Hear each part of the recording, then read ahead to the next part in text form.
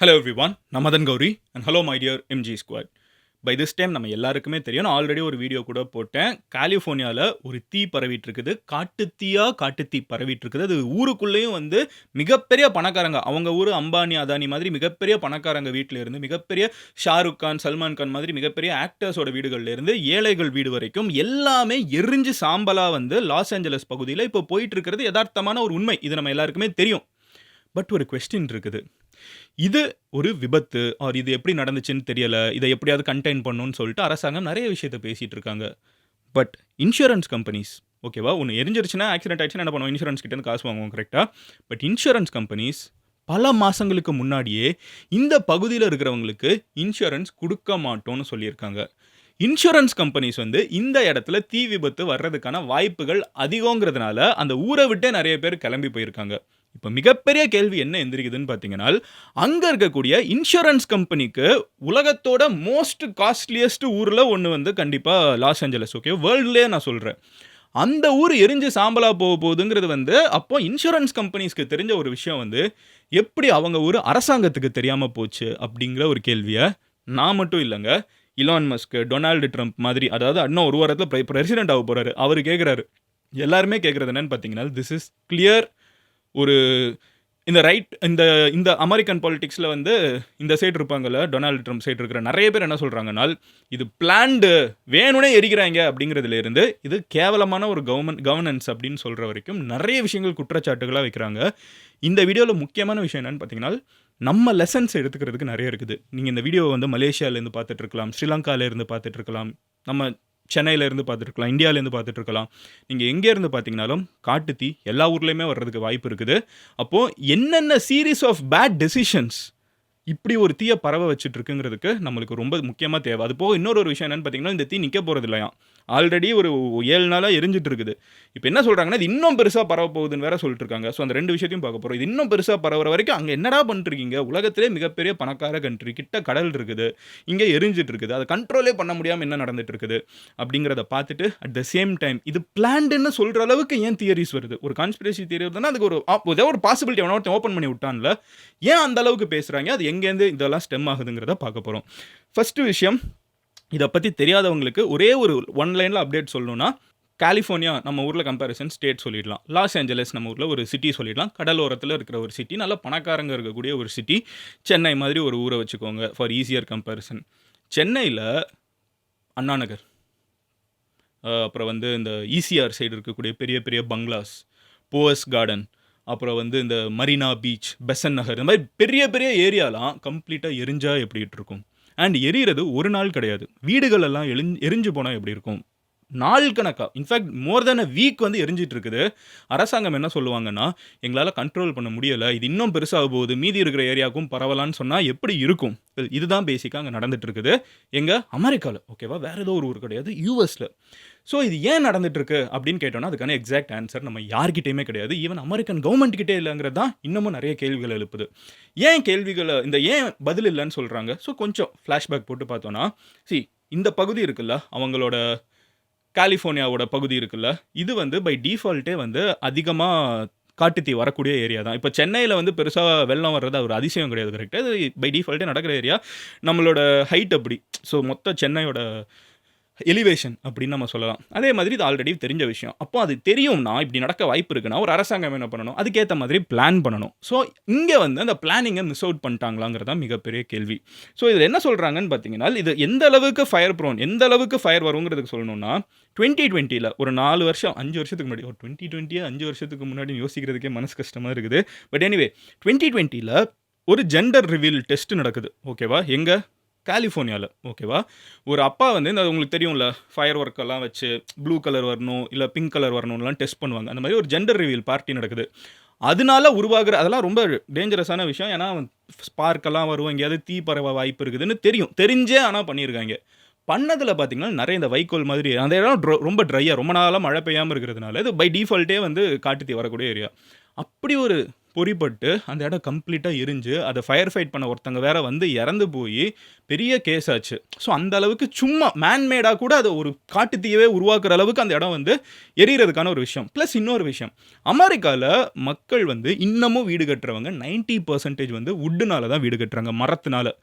ஏன் மரத்துனால வீடு கட்டுறாங்கன்னா, அது அவங்களோட கல்ச்சுரல் விஷயம் மாதிரி கூட வச்சுக்கோங்களேன். அப்புறம் இன்சுலேஷன் கொஞ்சம் நல்லா இருக்கும். கொஞ்சம் கோல்டா இருக்கும் உள்ளுக்குள்ள. ஸ்டோன விட நீங்க வந்து வுட்ல பிரிக்க விட நீங்க வுட்ல கட்டுனீங்கன்னா, உள்ளுக்குள்ள கொஞ்சம் இந்த வெயில், மழை இந்த எஸ்பெஷலி இந்த குளிரப்போலாம் வந்து கொஞ்சம் இதமா இருக்கும்.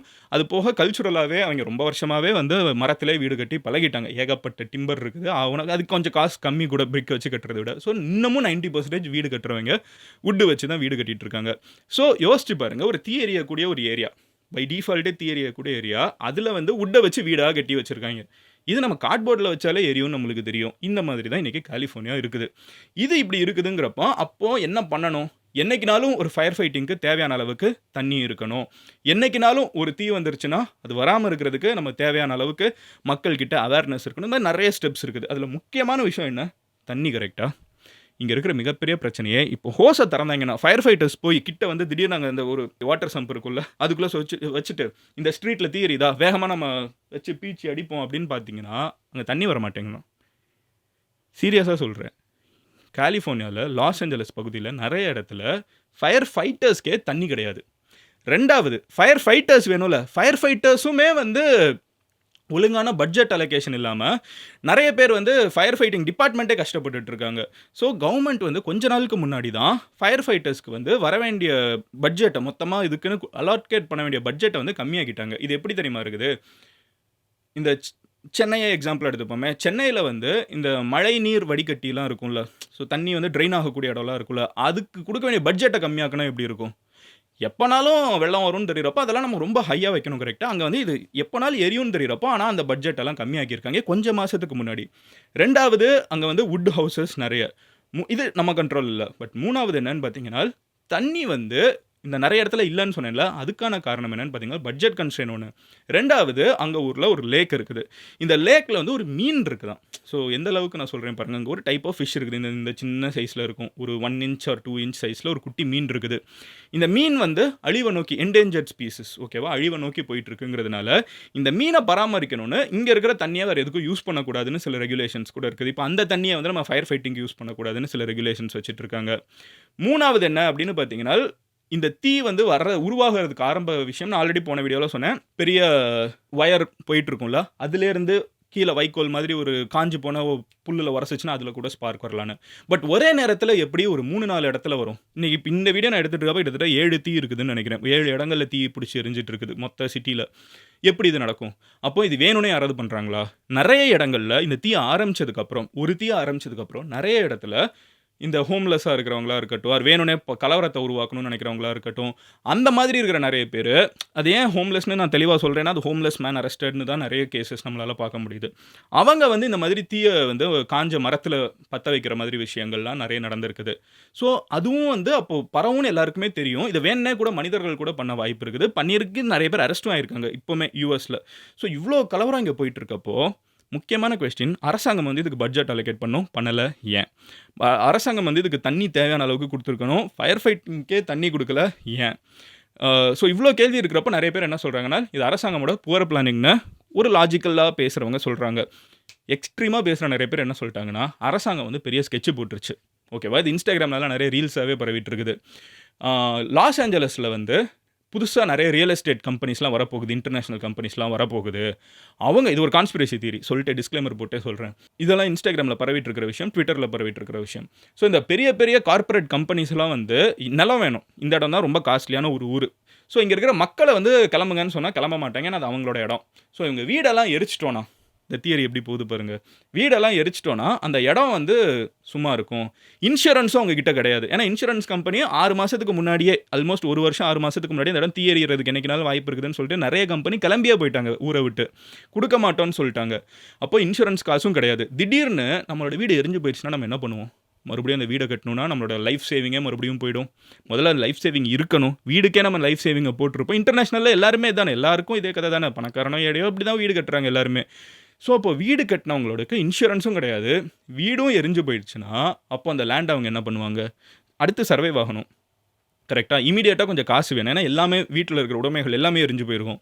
அப்போ சர்வைவ் ஆகுறதுக்கு இமிடியேட்டா என்ன பண்ணுவாங்க, யாராவது கம்மியான விலைக்கு வீட கேட்டா லேண்ட கேட்டா கூட குடுத்துருவாங்க. ஏன்னா வீடு இல்ல. லேண்ட் மட்டும் தான் இருக்குது. மரம் வீடு கம்ப்ளீட்டா எரிஞ்சு போயிடும். பொருள் இல்ல. எல்லாம் எரிஞ்சு போயிடுச்சு. அப்போ லேண்ட் மட்டும் இருந்தா வாங்கிப்பாங்க அப்படின்னு சொல்லிட்டு, அந்த லேண்ட இந்த மாதிரி ரியல் எஸ்டேட் கம்பெனிஸ் ஒரே நேரத்தில மொத்தமா வாங்குறதுக்கு தான் இவ்வளோ பெரிய ஸ்கெட்ச் போட்டுருக்காங்கங்கிற கான்ஸ்பிரசி தியரி வந்து Instagramல ஒரு 2, 3 ரீல் நான் எனக்கு நெறைய பேர் அனுப்பிச்சு வச்சுட்டீங்க. இதுதான் அந்த லாஜிக்கல் கான்ஸ்பிரசி தியரியோட லாஜிக் இதுதான். அந்த லாஜிக்கல் எக்ஸ்ப்ளனேஷன் அந்த கான்ஸ்பிரசி தியரிக்கு என்ன சொல்றாங்கன்னா, இது ரியல் எஸ்டேட் கம்பெனிஸ் தான் பண்ணிட்டாங்க அப்படின்னு சொல்றாங்க.